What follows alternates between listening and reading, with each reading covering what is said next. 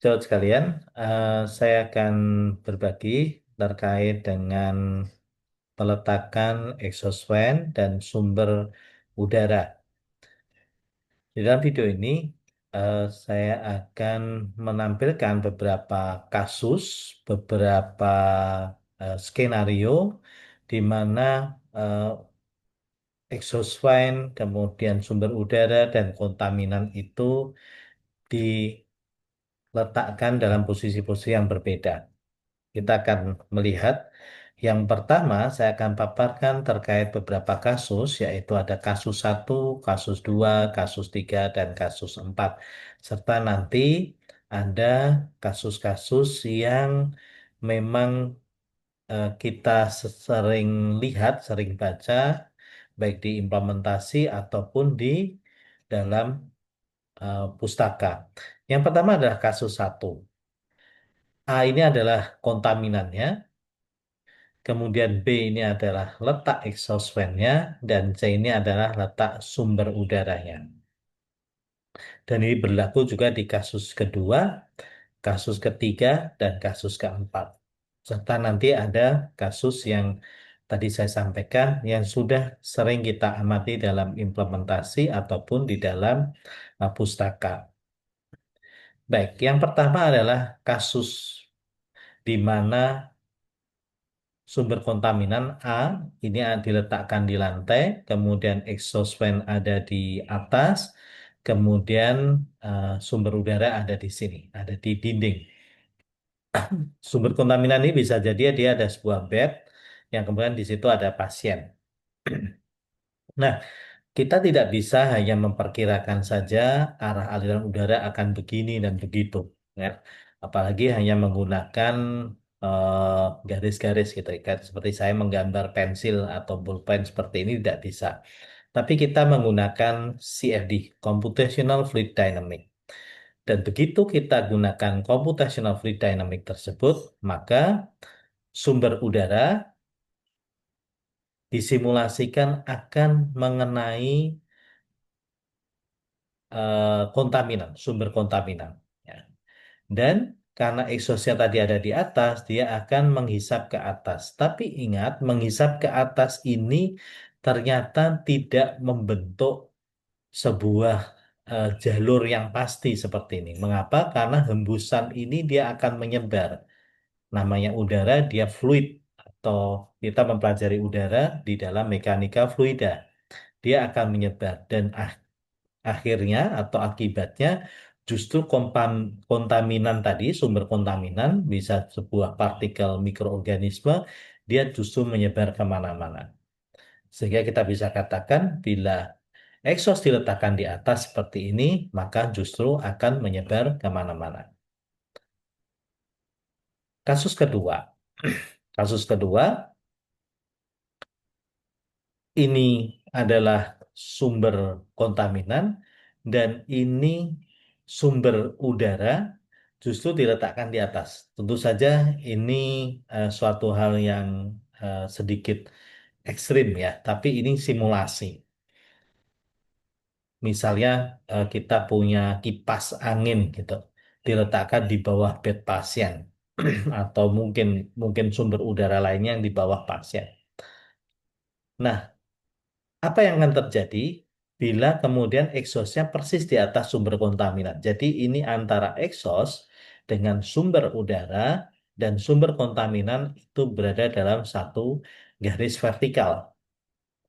Kita akan amati, nah setelah dilakukan CFD akan seperti ini. Jadi dia akan terhisap ke atas. Ini membentuk sebuah jalur. Memang tidak ada kontaminasi di area-area ini, namun eh, ini tentu saja menjadi sesuatu hal yang tidak mudah. Ya. Kalau ini ada bed, maka ada kemungkinan juga ada tumbukan-tumbukan yang akan menyebar kemari. Hanya saja ini disimulasikan, ini sumber kontaminan. Kita hanya ingin melihat posisinya antara exhaust dan sumber udara dan kontaminan. Dia akan menjadi sebuah tabung atau jalur vertikal seperti ini.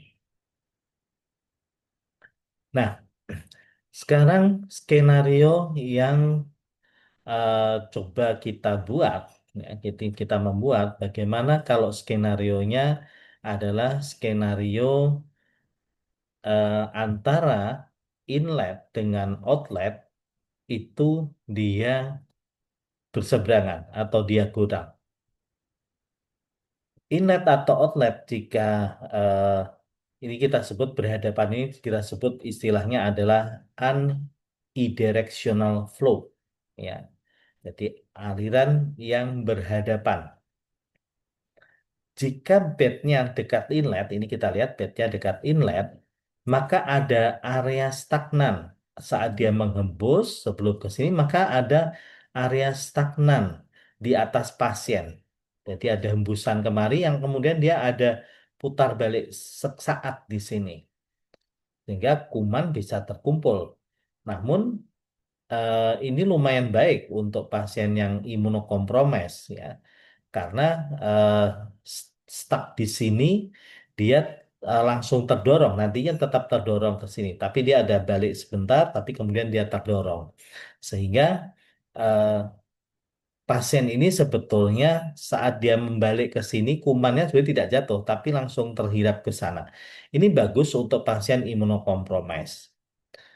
Nah, sekarang skenario berikutnya bila bednya maju, ya kita majukan bednya.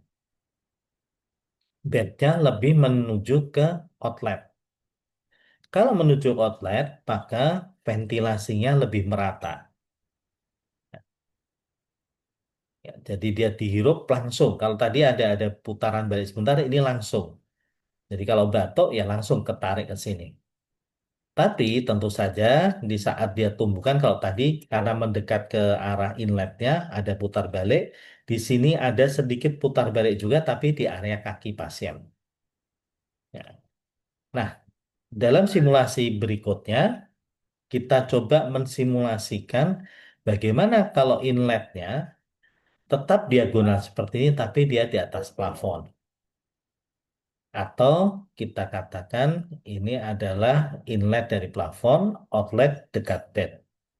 Ini alirannya lebih merata, semakin lebih merata, karena dia eh, apa? Kalau yang ini kan dia terkena di area kepala atau kaki, tapi kalau ini langsung menyebar.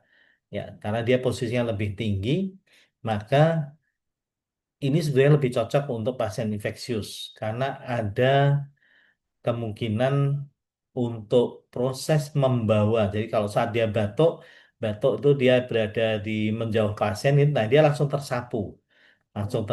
Kalau yang ke sini kan batuk, dia terbentur kemudian sempat berakumulasi di sini. Tapi ini eh, dia batuk ke atas atau pernafasan mengandung mikroorganisme ke atas langsung bertemu, langsung masuk ke sini. Jadi ini lebih bagus.